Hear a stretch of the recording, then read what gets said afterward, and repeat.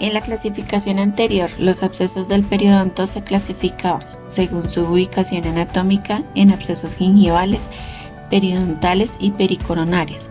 Sin embargo, el workshop del 2018 estableció que el absceso pericoronario no era correspondiente a un absceso periodontal porque no existe en la bibliografía como tal. El criterio de localización que establecía la clasificación de los abscesos según el tejido que afectara no era clara su distinción entre un absceso gingival y uno periodontal. Esta clasificación no establece el riesgo de destrucción periodontal que orienta en relación al pronóstico de la zona afectada. Por lo tanto, la nueva clasificación de enfermedades periodontales clasifica los abscesos del periodonto según la presencia de periodontitis o no en el paciente.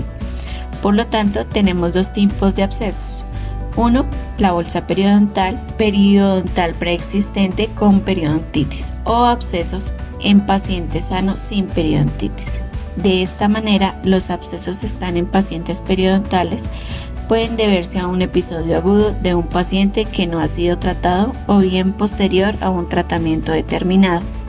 En cambio, los abscesos en sitios sanos, o sea, en pacientes no periodontales, se pueden deber a una serie de factores locales como un cuerpo extraño, malos hábitos, ortodoncia, agrandamiento gingival y alteraciones de las superficies radiculares.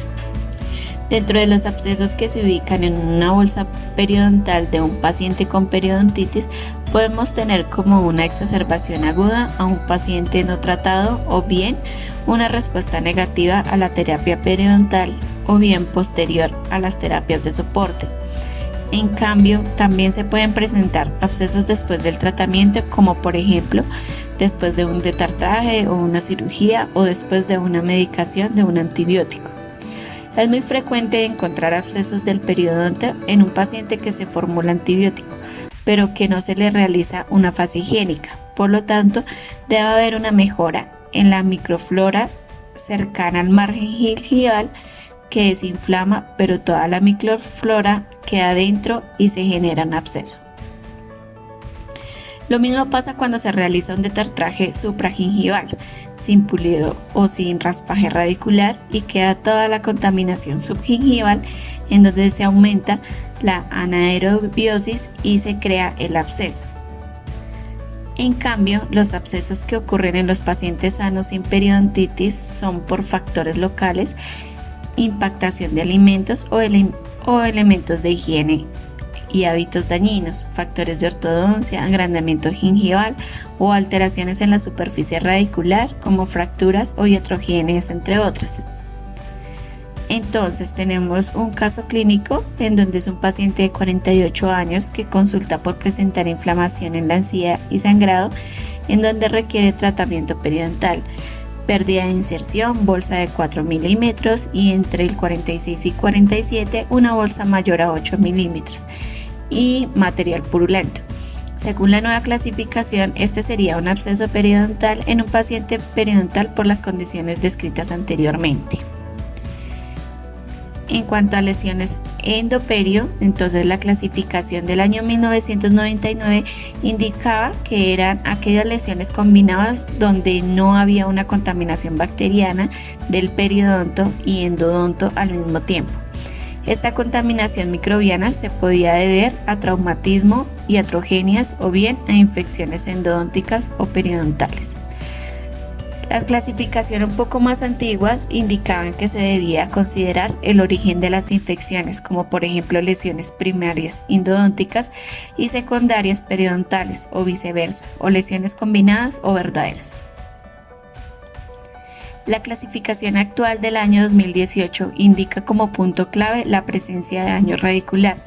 Ya no importa el origen de la lesión, lo que señala y clasifica a las lesiones endoperidontales en la nueva clasificación es la presencia o ausencia de daño radicular. De esta manera, tenemos lesiones endoperidontales con daño radicular que se puede ver a una fractura, a una perforación o a una reabsorción radicular externa. Tenemos lesiones endoperidontales sin daño radicular y estas lesiones endoperidontales sin daño radicular se subdividen en pacientes con periodontitis y sin periodontitis.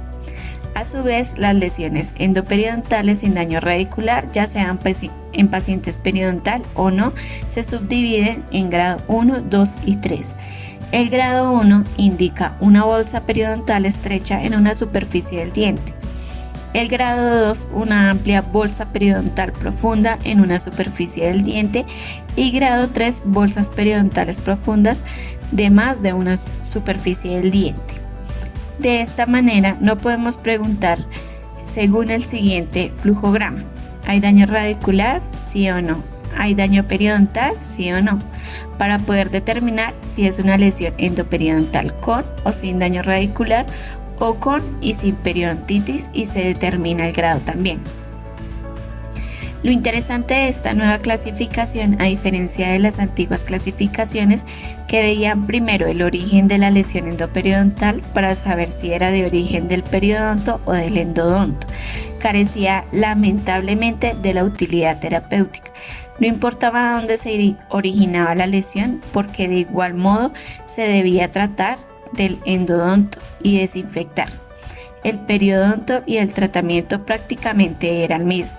Lo interesante de esta nueva clasificación es que nos da mejor perspectiva al pronóstico de la lesión. Aquellas lesiones periodontales con daño radicular es que casi un 100% tiene un pronóstico irremediable y debe ser extraído el diente.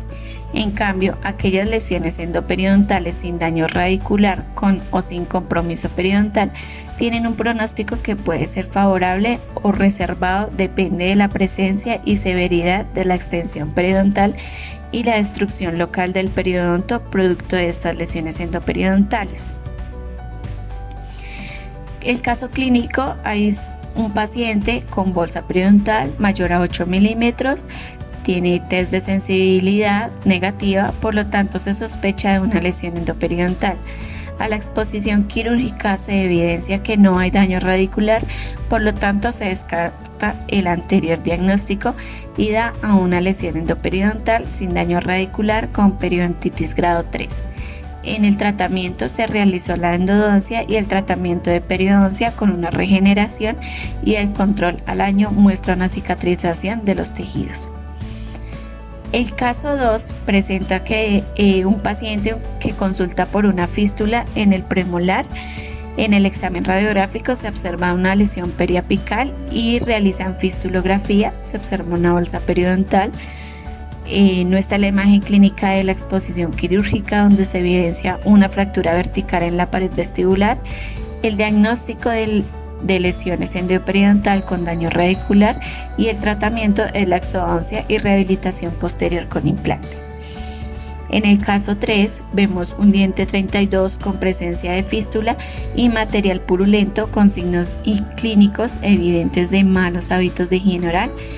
En el sondaje se evidencia bolsas periodontales generalizadas con base a la nueva clasificación, pues se diagnostica una lesión endoperiodontal sin daño radicular con enfermedad periodontal grado 3.